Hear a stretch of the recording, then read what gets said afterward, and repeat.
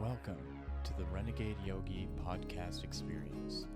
Join myself, Zorananda, and this episode's guest as we explore yoga in the modern world. Prepare yourself as we will experience yoga like never before.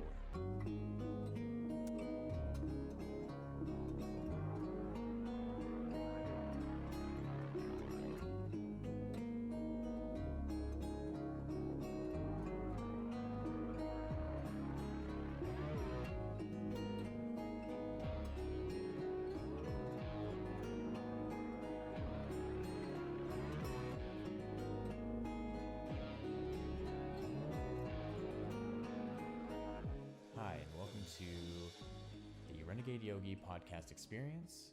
My name is Zorananda. Today is a solo episode where I continue on the train going through the chakras. So in the first chakra installment, I went into some general information and history and misconceptions around the chakras.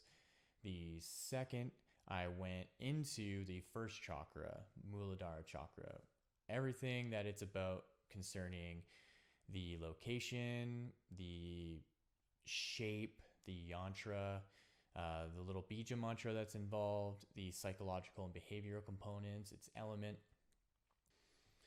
So today we're going into the second chakra, Svadhisthana. So Svadhisthana simply means country of emotions. So Svadhi and Sthana, right? So stan, like if you can think of other countries that have that suffix. So like Uzbekistan or Kazakhstan, Pakistan, right? So Svadhisthana is this place of an entire country of emotion, right? And its element is water. And this kind of makes sense, right? Where when we are to think about our emotions, I think intuitively we kind of just point to our gut, right? We think that our intuition is coming from there, this gut feeling,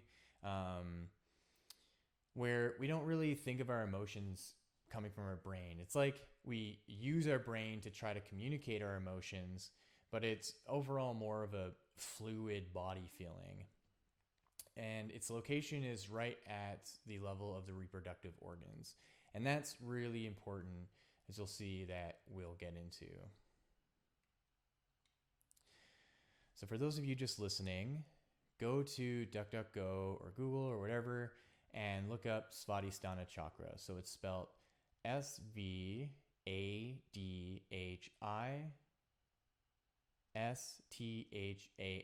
Svadhisthana. And then chakra, Chakra.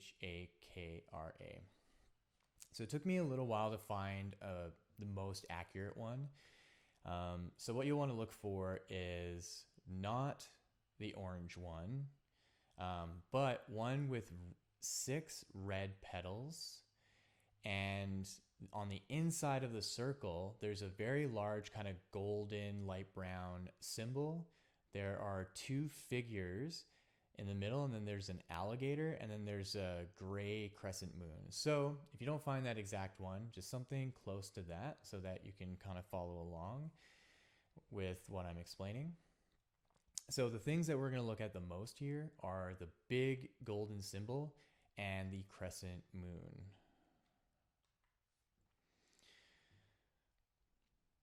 So when we think of the location of Svadhisthana, think of the crescent moon and the color of the crescent moon. These 3 components are really why it's located at the level of the reproductive organs. So at least what I have been told by my teachers and what I've researched is that the crescent moon with the points kind of going up represents the cradle of the pelvic floor. And the color, either that light gray or a milky white, has to do with the reproductive fluids.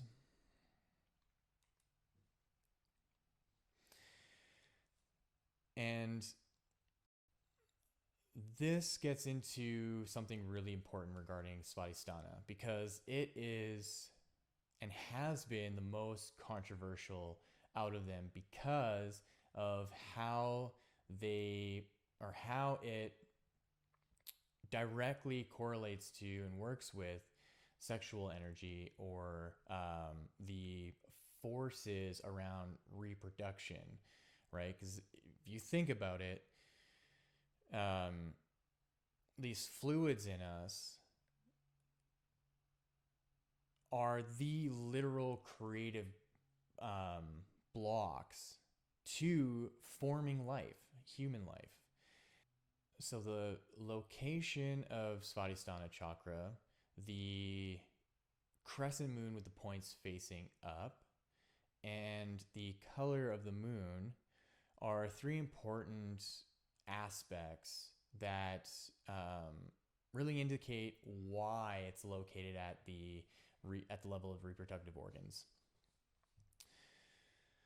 And it really has to do with the tie between the reproductive fluids, the life that comes out of that, and creative energy. And I know that's tricky. I know creative energy is a tricky combination of words. I think just because they've been overtly spiritualized and not seen as something just practical, right?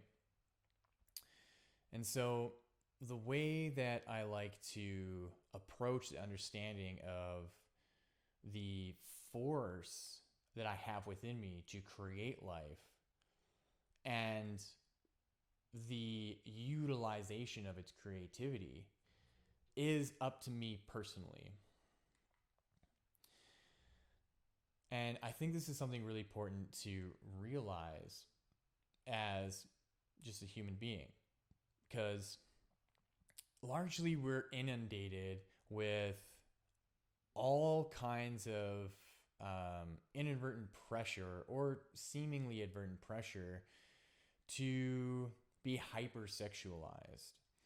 And I don't think there's anything wrong with that. It's just the way our society is going. I mean, if you look at the last 200 years from oppression and repression and suppression to kind of open expression. And what I'm finding as an interesting test is how, as an individual, I can see all of that budding in society. I can see how the open expression of sexuality is opening more and more, that there's an opportunity to be creative with it so that that opening isn't kind of hijacked by people and by organizations and by possible media. And, who knows if that's overt or not. It's just that with that opportunity, there's room for manipulation for sure. And so I like to think that then between an overt release sexually, that energy can be channeled into things that personally I may find more productive. And really, that's only one part of Svadhisthana, right? And that's the one that's most focused on. However, using that opportunity to be creative, I've found it within myself to look at other avenues in which it can be explored. And I've had the help of teachers to point these out. And so just looking at the symbol itself, what are prominent, say if you took the alligator and the figures away, is that symbol, right? And this is where it gets into the bija mantra and how rather than and arousal from this center to be spontaneous and almost out of nowhere, and kind of like take the wind out of you and direct you into an externalized expression, that arousal can be simulated through the practice. And by doing particular asanas, by doing particular pranayama, focusing in on this symbol, chanting the bija mantra, which now is VAM, VAM, VAM. And so the relationship with that energy changes, because now it's no longer just unconscious and just comes out of nowhere. It's like the body is building up hormones, the body is doing these things without you really noticing it, and all of a sudden you just get this like huge dump and huge release, and that arousal kicks in, and then suddenly you want to express it. Where in a yoga practice, focusing on Svadhisthana, doing particular asanas, you can simulate that, like I was saying, and direct it consciously towards the things that you were being creative about. If that's art, if that's music, if that's a podcast, if that is schoolwork, whatever it is, that you are at the helm, or you are in the driving seat of where this energy goes into. And where I want to take a step back from here is that I'm not talking about magic ritual. I'm actually talking about doing things physiologically to put pressure and heat and openness and activity into that center, so that it actually affects what your hormones are doing by how you change your circulation through breathing, how you are putting pressure in those areas to then stimulate certain glands, and to then do certain stretches to open the area up. So this can actually be viewed very practically, physiologically, simply by removing the kind of overt occult aspects of it, right? So if you did watch the first episode of the Chakras, I go into quite a bit of how there are key figures in our world from the early 1900s who had presented information in a way that took away clarity on specifically Svadhisthana. So the character I'm mainly talking about here is Charles Webster Leadbeater and his book, The Chakras, and how he omitted everything regarding Svadhisthana. He didn't talk about it at all. And that was at a time where sexual repression was innate in society, and he was living in London, England, right? So I don't want to dive too much into that, because I want to stay kind of on course with really looking at the chakra. But removing the esoteric side of it, or not so much the esoteric, but more so the occult side of it, the magical ritual side, and you see it more in the lens of science, where that you're performing an experiment. And your experiment is, I have this equation of postures plus breathing techniques plus mantra plus visualization equals what, right? So at first, you may not get the answer to that equation on the first try of putting them together, right? Because then each variable has like sub parts to it that you have to also explore. And so this is where the experiment is an ongoing procedure where you are applying the fundamentals to your body and having an experience of those variables. And so over time, you're going to see that the answer in the end is going to start to shape. And that can be the indicating factor of what it does psychologically and behaviorally to you, right? And so I think this is the most important part of Svadhisthana here is when you are not active in that way, you're not applying any kind of focus of posturing or anything, any kind of yoga into that. Think of any kind of water that sits still. It becomes stagnant, right? Just like when you have a river that is used to flowing, gets dammed by a beaver, that where the beaver dammed starts to grow algae and starts to grow all sorts of stuff that becomes inherently toxic. And so leaving it to be unconscious, leaving the waters of your being without any flow, that stagnant energy starts to affect how your psychology and your behavior is going to be. And that does sound anecdotal, but the way that I want to understand this is, say, the biodiversity of bacteria in your stomach, right? That if you're only drinking soda, eating fast food, eating a lot of oily, deep fried foods, what kind of effect is that going to have on your stomach compared to foods that are rich in minerals and vitamins? Your diet composed mainly of fruits and vegetables and water, and healthy, clean meat if you're eating meat.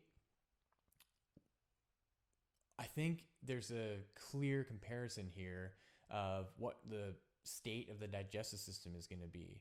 So that's how I kind of compare it to that anecdotal story of the waters and one being stagnant, one being not. That the effect of a very poor diet is going to have this element of stagnance, right? Whereas if we are feeding ourselves a lot of clean food, that cleanliness is going to show up within this chakra.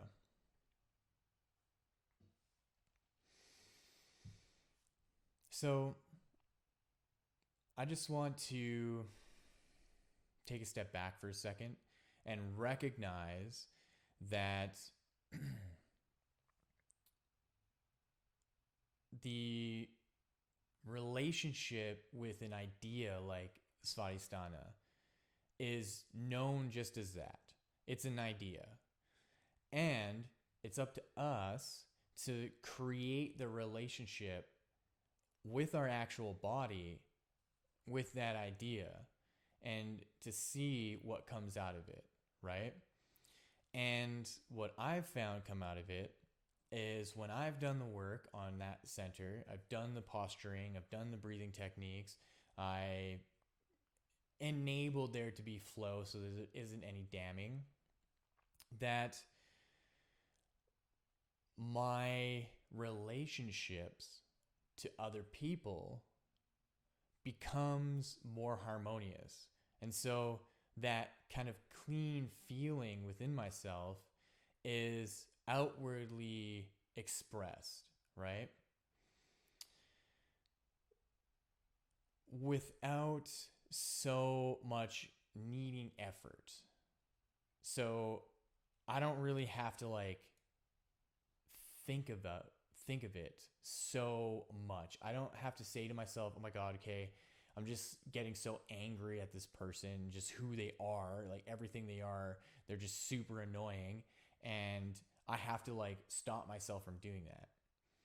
Where my acceptance of that person is nearly immediate because of the acceptance of myself, right? And we hear that.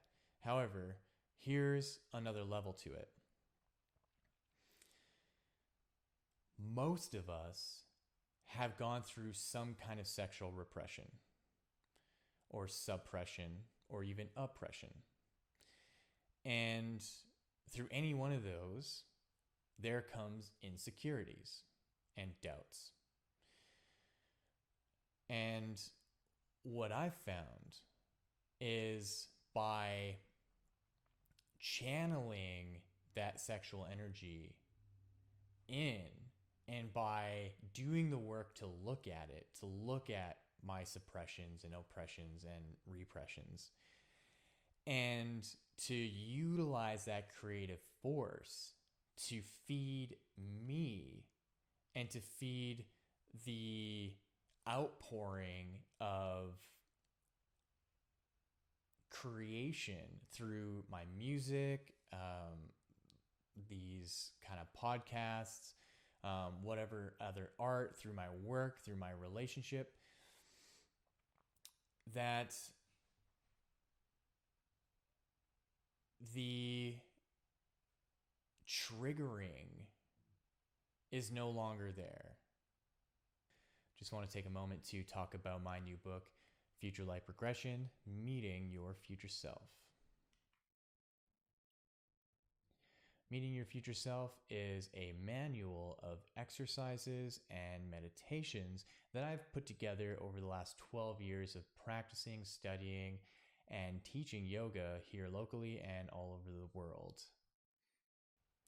The exercises and meditations allow you to dive into your heart so that you can expand into its intelligence, open into a space of unconditional love, compassion, and empathy that then creates and sends an invite to a potential future self. And the benefit of doing this is that you come in contact with a version of yourself that is the most harmonious for you. So the person that you are wanting to become actively, where the intentions that you have for your life, the growth in your career or your job, or the side hustle of your passion, your art, all of what makes you as a person are leading towards a version of yourself that is the embodiment of abundance. And so this book has everything that you need to get to really know how to do it, how to contact your future self. And with it, I tell stories of my past. I tell stories of my yoga adventures and my ideas, philosophies, and theories of kind of where this is all going and why it's important to do this work. So you can find Future Life Progression, Meeting Your Future Self on my website, Zorananda.com. You can find it on Amazon, Goodreads, Chapters, etc. And there are 3 primary forms of it: ebook, paperback, and hardcover. So we'll get back to the episode on Svadhisthana Chakra. The immediate kind of anger or annoyance or whatever ill-gotten feeling towards someone is non-existent. And that's really because all of that suppression has been relieved.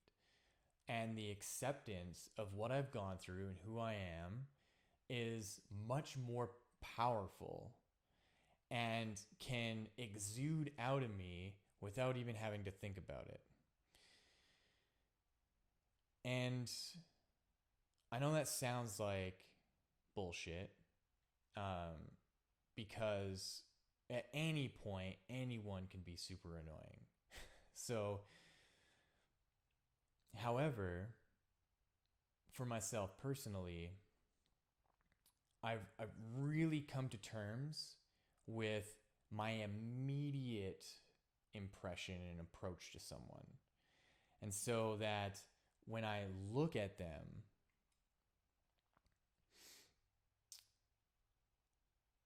the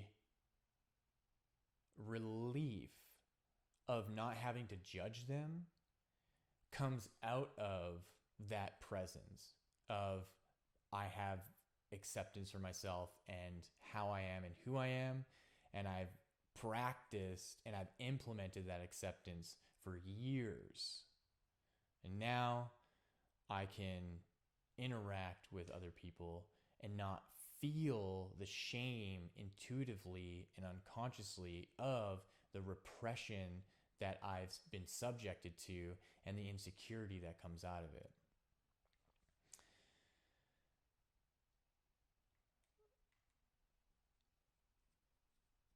So, looking at the chakra and looking at everything about it, that symbol, which is so large, is representative of that presence and how it's tied to this vibration, this sound of BAM, where the meaning, because it's a bija mantra, it actually doesn't have any inherent meaning. It's not like an English word where you immediately have a definition to it. It doesn't have a definition to it. And so you can apply the meaning you want to it through intent. So when you're doing the VAM and you're focusing on Svadhisthana, you're imagining the yantra or the geometry, and you're chanting into it, you can intend to utilize the sexual energy and the creative energy to be a presence of acceptance for other people. And that is what makes this chakra so powerful, because it's directly dealing with that. And so then your water, and I'm saying this kind of colloquially, the water of your mind can then go in and take the shape of the container. And so when you're interacting with another person, they are a container. And so when you approach them and you're interacting with them, your presence and the fluidity of that care and that creativity and the passion and joy can go into them, and so that they have more of an opportunity to reflect that back. Because there are 7 billion plus people on this planet, and anyone at any time can reject all of that, right? And so this is why it's particularly a personalized, internalized process, and why it's the second chakra, right? There's still more to do. This chakra can't do everything. And as long as you feel like you're getting a grip on how to utilize the sexual energy for creativity, is a win in my eyes. And here's an example, right? Guys, girls, whoever, getting friend zoned, right? You're interested in another person, you're attracted to them, that attraction is really strong. It's correctly or directly kicking up all this arousal, and you just can't help yourself. You really want to be intimate with this person. What becomes available by looking through the lens of yoga, looking through the lens of Svadhisthana, So that's really what's happening. This event is happening, right? This arousal. And so you can have no lenses and you can just let that arousal go wild and you go, okay, this is what it's telling me to do. I'm going to go do it. Or you put on the lens of yoga, you put on the lens of Svadhisthana, then you allow yourself to peer through those lenses into that energy, looking at this person, and you go, you know what? I've not been really getting signs that this person wants to reciprocate something intimate with me. And we've been getting along and we are like spontaneously coming up with adventures to go on or projects to work on or music to create or art to create, whatever. Things just naturally come up easily to do together. And so using those two lenses, what you can do is you can express your attraction to that person. So yes, you can be honest. You can say, you know what, I'm attracted to you. And I recognize that you may not have that same attraction. If you do, that's great. That's a bonus. And I want to do everything that I can to be the friend that I am and to direct that attraction towards these fun adventures that we're going on, or this art that we're creating, or the music that we're making, because that feels really good. And what you'll find is a so much more harmonious reaction than not having any of those lenses, not having anything to bring clarity towards, where it's just streamlined into, hey, I'm really attracted to you, and I think we should be intimate together. Because that's undermining everything else, because there's so much more going on. And why not, if there is a mutual attraction, allow it to build up in its potency a little bit more, so that naturally what comes out is an equanimity between both of you. And that's really the hardest part in all of this, right? And that's one example. I'm sure there are plenty more. And I think the last kind of thing I want to get into with this is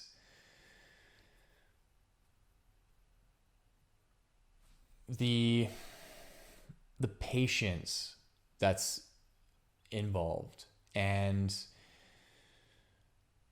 the enjoyment of all these different states of Svadhisthana chakra. So looking at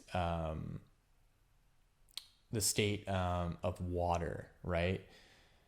Going through phases of solid, liquid, and gas, where if you can imagine, the ice is hard and cold and emits this cold and kind of burns people when they touch it because it's so cold, where the gas is like a steam, and it's surprising, and it is kind of shocking, especially if it's a hot steam.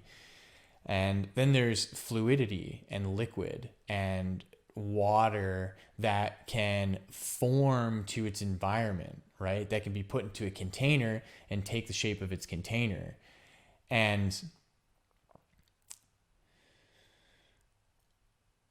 what force causes the fluctuation is too complicated to predict and to fully understand, because that is dealing directly with your fluctuation of emotional states. So the patience in working with Svadhisthana is going to allow for you to observe all the different states and to know what's appropriate in their actions. And that's going to change with each and every person. I think it's kind of naive for me to generalize it or to turn it into some kind of absolute. And so what's important is that looking through the lens of yoga and Svadhisthana as often as possible, and so that the yantra itself is largely embedded within your mind, and it acts as a significant reminder of how potent that energy is, how potent the creativity is, and the confidence in taking it in a direction that amplifies that creativity. And so that, I think, can be a fundamental feature of not predicting the emotional fluctuations, but being prepared for any one of them. And that's really what yoga is about. It's about preparation. It's so that when you go out to the world and you're faced with forces that make you uncomfortable, you've just done a practice or will be doing a practice that puts you into discomfort. Really, a lot of the postures are innately uncomfortable, and the only way around it is through breathing through it, sitting with it, and relaxing, right?